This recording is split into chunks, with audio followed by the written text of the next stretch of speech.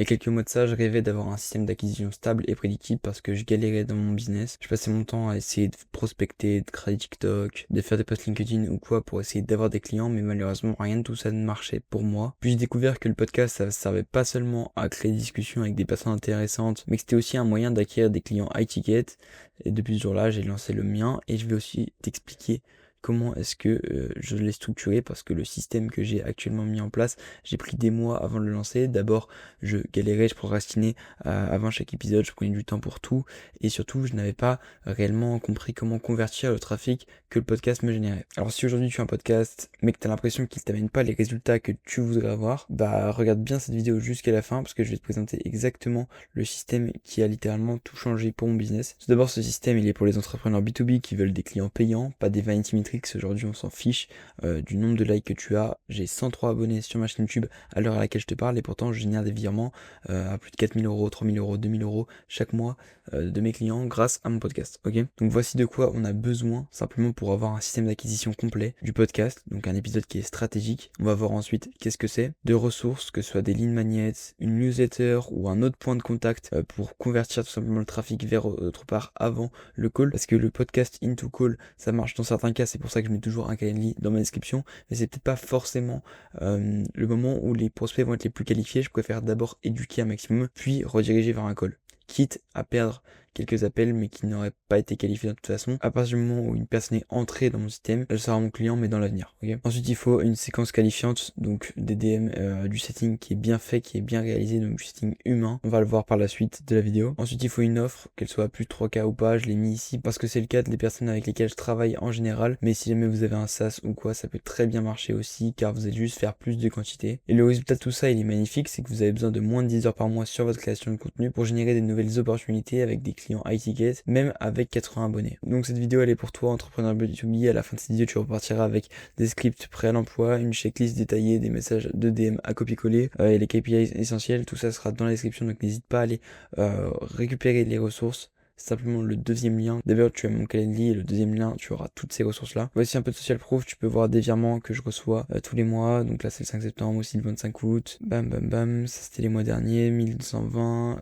et 1080 euros. Ok. Le secret, c'est pas plus de contenu, mais un contenu relié à une offre via un mécanisme précis. Donc, on s'en fiche que tu postes 3 podcasts par semaine si jamais les podcasts ne sont pas pertinents et n'ont pas une vraie stratégie derrière. On va voir toute cette stratégie dès maintenant. On va rentrer directement dans tout ça. Je t'arrête 2 minutes dans la vidéo pour te dire que si jamais tu souhaites transformer tes podcasts en machine à cash, c'est littéralement possible avec le premier lien dans la description. Ça va te permettre de réserver un call avec moi et qu'on construise ensemble la roadmap parfaite pour ton marché, que tes épisodes soient enfin un levier d'acquisition pour ton business. C'est complètement gratuit, alors n'hésite pas à aller réserver un call. Je me ferai un plaisir de t'aider et je te laisse regarder la suite de la vidéo dès maintenant. L'étape numéro 1, ça va être de générer de l'attention, donc générer les bonnes vues, pas forcément beaucoup de vues, mais les vues des bonnes personnes, ok. Pour ça, on a 3 formats piliers. Donc il y a le format long qui est le format le plus important dans toute cette stratégie parce que c'est de lui que va découler tout le reste. Donc dans celui-ci, il faudra des invités pertinents, surtout pas forcément des invités qui sont connus, mais qui ont un rapport avec votre business, qui vont pouvoir donner de la valeur à votre cible, qui vont simplement renforcer l'image que votre cible a de vous. Il faut aussi des sujets qui soient bien choisis, que ce soit en analysant les objections qu'ont vos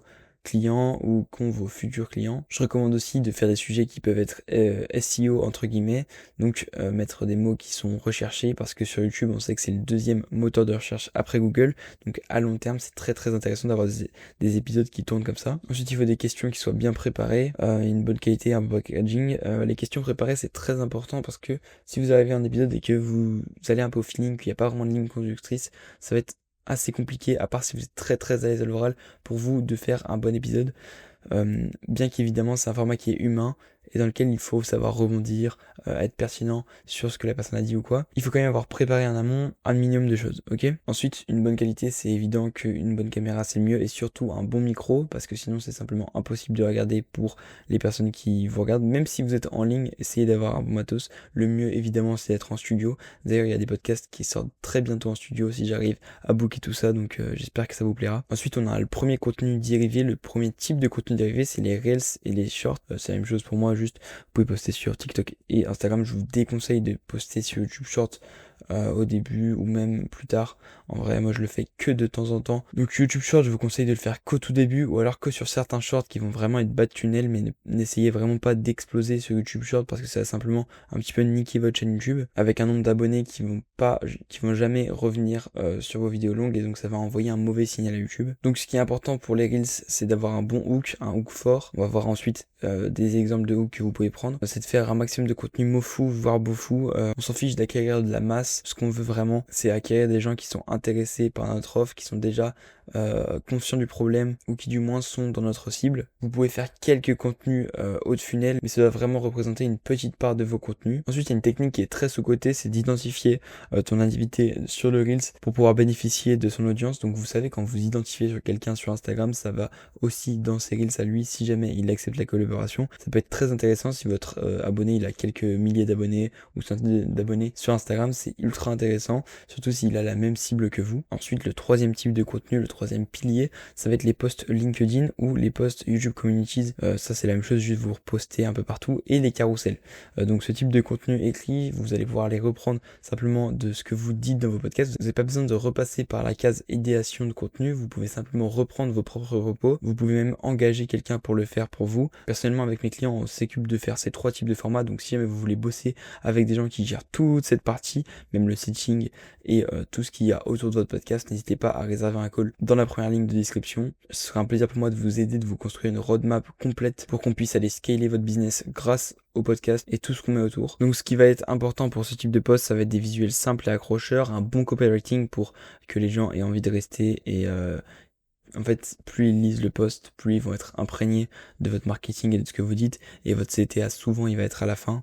Donc c'est pour ça qu'un bon copywriting c'est très très important. Et donc l'avantage de ce format, c'est que c'est pas de complications mentales, pas besoin de créer de nouveaux contenus, il est déjà là, simplement besoin de changer le format. Ok. Ensuite, une fois qu'on a attiré l'attention, qu'on a attiré la bonne attention, les bonnes vues, il va falloir faire du setting, donc aller parler en DM avec les gens qui ont interagi avec le contenu, que ce soit avec les stars en description ou même qui ont liké les reels, etc., que vous voyez qu'ils sont actifs sur vos comptes, pour aller tout simplement comprendre leur douleur. Ensuite, une fois que vous avez compris qu'ils étaient dans votre cible, que vous pouvez les aider, il va falloir que vous leur donniez de la valeur, donc que vous les éduquiez à votre mécanisme unique, ou bien tout simplement leur envoyer vos propres ressources, vos conseils, etc., pour qu'ils voient que vous êtes compétent, que vous êtes expert sur votre domaine. Quelque chose qui va être aussi très très important dans votre setting, ça va être de parler de façon humaine, de ne pas faire forceur entre guillemets. Donc le but du setting, c'est de qualifier et de proposer par la suite, donc proposer, rediriger soit vers un call, soit vers directement une vente selon votre offre.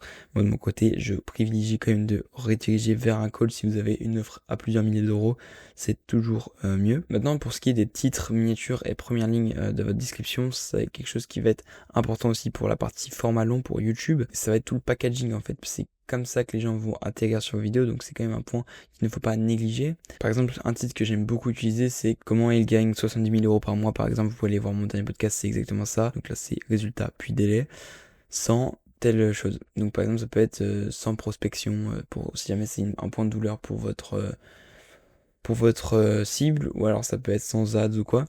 Ou alors ça peut être avec le podcast, par exemple de mon côté ça aurait pu être ça, avec les ads si vous êtes une agence ads ou quoi. Bon, voilà. Ensuite il y a un deuxième titre qui est le système qui transforme en ça va vraiment dépendre de votre cible, mais je vous en fais un de mon côté en sachant que ma cible sont les podcasteurs B2B qui veulent faire plus d'argent avec leurs épisodes, des épisodes en 10 000 euros. J'en sais rien, ça peut être quelque chose comme ça, ok. Ensuite, les miniatures, ça va être 3 mots maximum sur les miniatures, il faut pas qu'elles soient trop blindées. N'hésitez pas à vous inspirer de ce qui marche déjà dans votre niche, ou aussi analyser votre propre comportement, sur quoi est-ce que vous cliquez de votre côté. Il faut qu'il y ait une promesse lisible instantanément. C'est-à-dire que ce qui va faire qu'on clique sur une miniature, c'est parce qu'on a envie d'en savoir plus, on a envie d'apprendre telle chose. Si il y a marqué sur la miniature comment débloquer tel truc et que je suis bloqué dans tel truc, bah forcément je vais cliquer, ok. Ensuite, pour ce qui est des descriptions opti, faut un CTA vers call ou lead magnet. Moi je mets les deux. Donc le call c'est la première ligne, puis le lead magnet pour les gens qui sont pas encore prêts à prendre un call mais qui veulent quand même rentrer dans le système. C'est très très important d'avoir ces deux points là. Puis ensuite les réseaux et les autres points de contact, ça c'est pour toujours drainer le trafic et l'avoir un petit peu partout. Si votre trafic, si jamais les gens que vous acquérissez à froid, ils sont un petit peu sur tous vos réseaux, ils vous voient un jour sur Instagram, l'autre sur LinkedIn, un peu sur YouTube, etc. Ils vont tout simplement avoir beaucoup plus de connaissances de votre offre, ils vont être beaucoup plus aware des problèmes que vous résolvez, donc c'est très très intéressant de faire ça. Ensuite, ça peut être bien de mettre les réseaux de son invité pour le mettre bien. Ce que j'entends par là, c'est quelque chose qui se fait, honnêtement, moi je le mets à chaque fois, les réseaux de mon invité pour qu'il soit un petit peu content, ça peut lui rapporter des résultats ou quoi. Si jamais il peut faire des ventes grâce au podcast, bah écoute, ça me fait très plaisir, sachant que lui, il m'apporte du contenu, de l'autorité sur le marché, etc. Ensuite, j'avais préparé la structure type d'un épisode pour qu'il soit le meilleur possible, mais ça va être trop long, donc je vous mettrai la ressource en description directement, n'hésitez pas à aller la récupérer, on verra ça peut-être dans une prochaine vidéo. Pour les contenus courts, quelque chose qui va être très très intéressant, donc ça va être de maximiser vos hooks, que ce soit avec des sujets d'actualité, des questions profondes de la cible, donc des gros points de douleur, toujours revenir sur les croyances limitantes de notre cible, par exemple, si jamais on peut les casser via notre contenu, c'est super.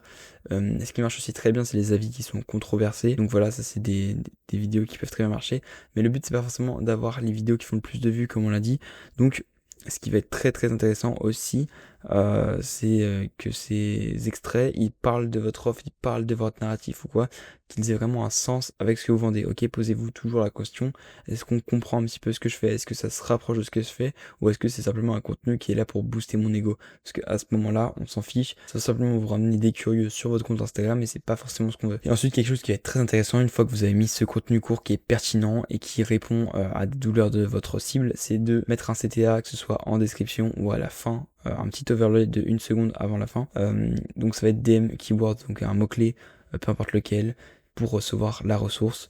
Donc ça c'est quelque chose de très classique qu'on a l'habitude de voir. Ça peut être DM podcast pour recevoir mon système complet qui me fait générer 50 000 € par mois. Ça peut être ça. Ensuite, maintenant, pour trouver vos invités, donc n'hésitez pas à aller sur podual.fr, c'est la plateforme que j'ai créée. Imaginons que vous invitez 10 personnes qui soient ciblées et personnalisées.